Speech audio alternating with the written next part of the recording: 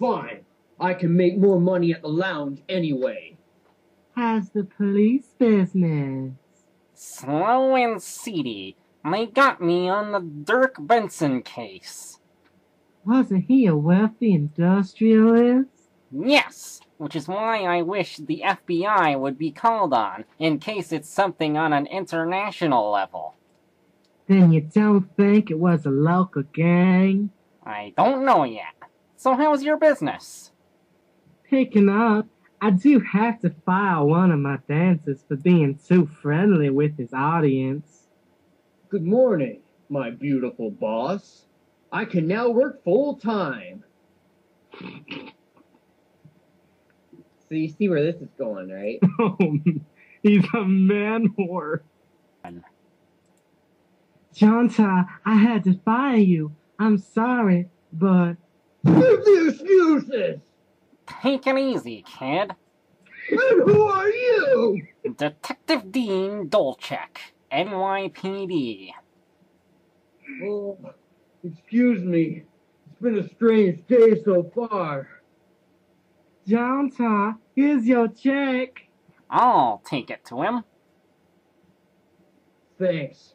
This is all I have to live off of.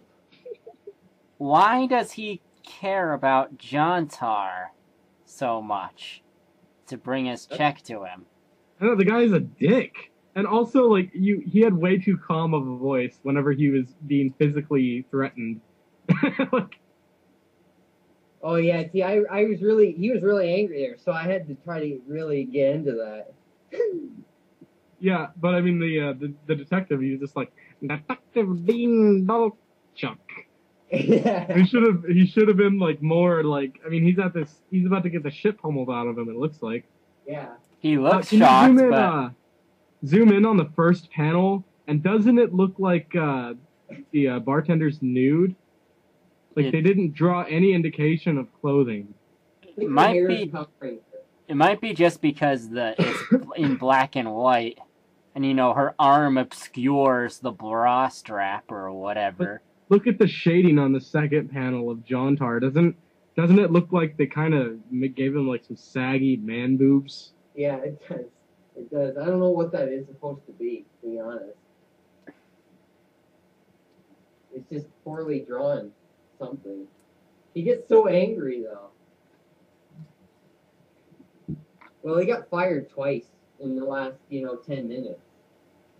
Yeah. Once for seeing a dead elf. Who gets fired for seeing a dead elf? I don't like your sense of humor. And then he gets fired for being too friendly with his customers because he's a male dancer. So. Oh, she was talking about Jontar? I thought this was going to be a plot, sort of a plot scenario where she fired someone else and he was going to take his job. No, that's why he got so angry, because she said right up there, she said, "I'm sorry, Jontar, I had to fire you." Ah, okay. Moving on. In the long run, it's probably good I lost the job. A poor boy entertaining rich sluts gets degrading. Whoa! The language in this comic that clearly said near the front page that this was for people of all ages. Yeah, that's what it said. It said I had a Spider-Man comic with a sex scene between Peter Parker and Mary Jane back when I was 8.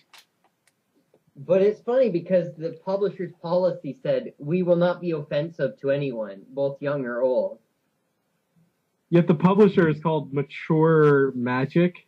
Yeah, which... that sounds like a porno title to me. Well, that's why they changed the title to Miller Publishing Company later, because people thought it was an adult comic company. It was a bad choice of words.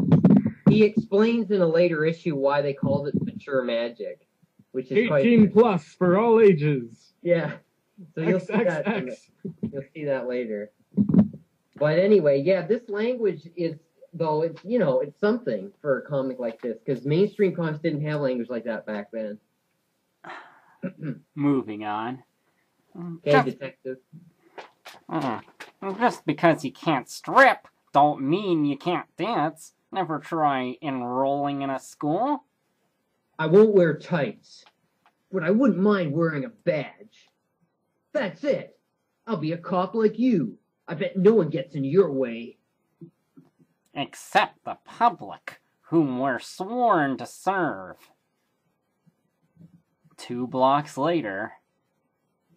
Dolph has to be in there, but the sign says closed. Maybe I can get in the back. Look at the second panel. Look, doesn't Jontar's face look like a fucking burn victim? And look at the guy there just walking. He looks like he's walking like he's with determination, you know? It looks like he's jerking off an invisible dick. He's so muscular, too. Like, Jontar's supposed to be muscular and rugged because he's a barbarian and a male stripper. But right. This other guy, who is he? It's just a city full of rough, gruff, buff badasses, I guess. Apparently, yeah. And they don't walk like, no, they walk like, yeah, I'm walking. Fuck yeah. Yeah. Take this, sidewalk. Right. I own this sidewalk. Right. That's good. I like the close-up of Jontar in the third panel, too. You get to see his rugged hair and everything.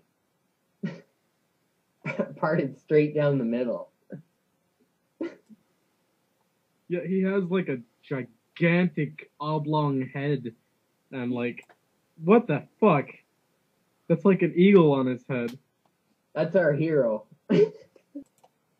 Obey us, Dolph, or you'll end up like a Benson.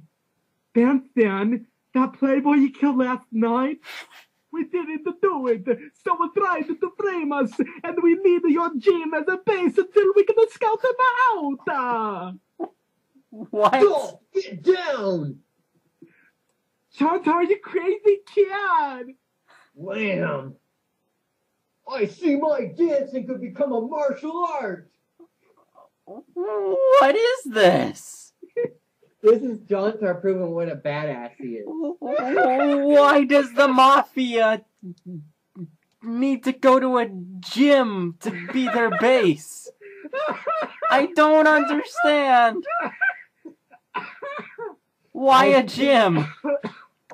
I think what they want to do a protection service kind of thing where they're saying, Dolph, you know, damage could come to your gym if you don't pay us protection money, basically. It's just like a extortion kind of thing. I mean, he didn't tell us any of that, so I'm taking liberties here, trying to help make it more sense, but I'm guessing that's what it is. Okay, so, and Jontar thinks that these guys are bullying Dolph, and he's trying to... Yeah, which they are. But he's very quick to realize that, isn't he? I mean, he just goes right after them as soon as he hears something. Quick on the trigger. And what is that? He picks up like a ball or something. That must be a heavy ball. It looks like it's like just shooting right out of his fucking head. And then he kicks the guy in the face. Now, you notice what happens in the last panel? Jontar gets punched. Oh no, he gets stabbed. Ouch. That's right. He gets stabbed right in the chest with a knife. So, what do you think will be the outcome of that? That looks more like... Wait, that can't be his chest or his stomach from the shading. Where is that? That's supposed to be on his chest, but the chest muscles look a little bit above, but that's way too high to be where the abdominals is. Everything is so lumpy and confusing. And he has like a chest lump. Like, I'd be concerned about that. Well, that guy has stabbed him right in the chest. That knife is right in him. Alright, we're ready to go to the next page. And I see my dancing could become a martial art is the lamest line ever. Okay, so basically, Jontar is stabbed. He's dead now. Dolph, if this place ain't ready for us when we get back, these photos of you and the Benson will be exposed to the public. Fools. They think they can scare me with blackmail? Well, it's time I come out of the closet. I love men. I love Dirk. I love John.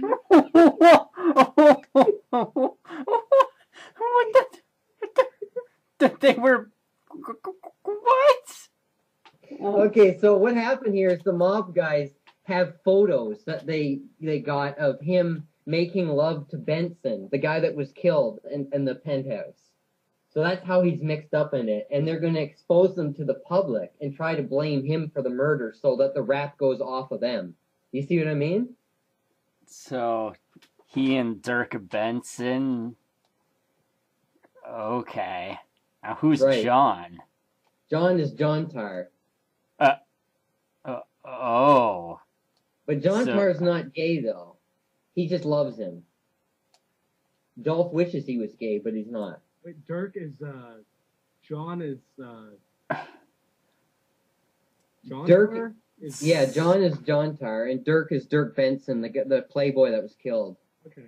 So he loved both Dirk and John? Yeah. But he actually did love Dirk. I mean, he had relationship with him that the mob has pictures of. Remember that they don't want to be blamed for this because they didn't do it. It was someone else that did it. So they're trying to pass the buck on to, they don't know who else to blame. So they're trying to pass it on to this guy because they got photos of him with the other guy. So they can say, well, it was a homosexual murder. He murdered him because he left him or something like that. You know, just something like that. All right, let's continue. Nothing is to be found on the floor. No knife, no body, no blood. Even the medicine ball is back in its corner. There's no way Jontar could have put it back. Dear Lord, am I going insane? Is this your idea of punishment for my sins? Wait, so the Mafia and Jontar getting killed was a hallucination now? Well, we don't know yet. Like, what happened? That's a good question. And he took a guy out with a medicine ball. They are pretty heavy, but... Yeah, Jontar has just vanished, like the elf did. So, in this universe, people vanish when they die. Well, no, because you'll see it has something to do with the elves. Elves are the only ones that can do that. The earnest words of Dolph Emerson are heard by a master, but not the Almighty One. I am the Master Elf Keeper, whom my elves had rebelled against so they could go their own ways within the dimensions. A pity they all died on hostile planets, such as Earth, when their naive attempts of bringing peace was met with senseless slaughter. Sense. Now here I stand, in the dream dimension, subconsciously seen and heard within, the mind of a dying man before me. What is the source of his dreams? He knows man is restless without adventure. He knows man will do anything for thrills, including reckless acts of violence. He knows the tables must turn. Why is the answer? He wonders. Why is his fellow Earth inhabitants are so cruel to themselves? He tries dreaming of a world without violence, but he fails. He accepts reality. So this elf master is really looking into the mind of Jontar here. Did I just read those last two out of sequence? I don't think so. No, when you read them again, it kind of makes more sense that it would continue to say he knows man is restless. Oh, yeah. Maybe. Yeah, I didn't notice that. Yeah. That's the fault of the comic itself, though, for making it confusing. A lot of mistakes there. Senseless spelled wrong. Earnest is spelled wrong up there. Cruel is spelled wrong. Creole. And, so basically elves went around trying to bring peace to the world. And got shot. Yeah. So now we know why that elf appeared on the building, because he was trying to bring peace by asking a guy if he needed help. Which is funny. What is that under his pectorals? It looks like... Oh god, his nipples! Like, it looks like his ribs are showing through his skin or something. But it's more like an exoskeleton shell. It looks like a face, his torso, like the nipples are eyes. Yeah. Like some weird bug or something. And you know he's like between dimensions or something, because there's all these weird things floating around him. He knows a warrior's garb must be designed for him, to be used as a symbol for his enlightenment of justice. He knows a weapon must be forged as a language tool. Violence is understood throughout his world. He knows he will need a modern chariot to pursue the corrupt souls into the shadows of their hideaways. He knows knowledge is valuable only when it is experienced. Therefore, he should return to his world, where he knows he will. It wasn't a dream! I'm alive! But how? Now this elf master, everything he said just sounds like a giant, meaningless ice cream cone to me. Yeah. But this is important though, he's gave Jontar his weapon here, and he's gave him, which I'm not sure what that is. Is that like jackknives or something? The weapon is a language tool? Yeah, what does that mean? I guess that just means that that's the language people understand on Earth is weapons. I think that's what he's trying to say. Are these like dildo nunchucks? And then the motorcycle is his chariot, so that's important. And I guess the Master Elf Keeper sent him out into the world to be some sort of symbol for justice, apparently. We'll see more about that later, I guess. It's kind of weird, though, because you'd think like he'd talk to Jontar, wake him up, and explain to him what he wants him to do or something. And you know what's amazing is elves have the ability to bring people back to life. That's what he did. Any other questions? No, I'm ready to turn the page. Okay. All right.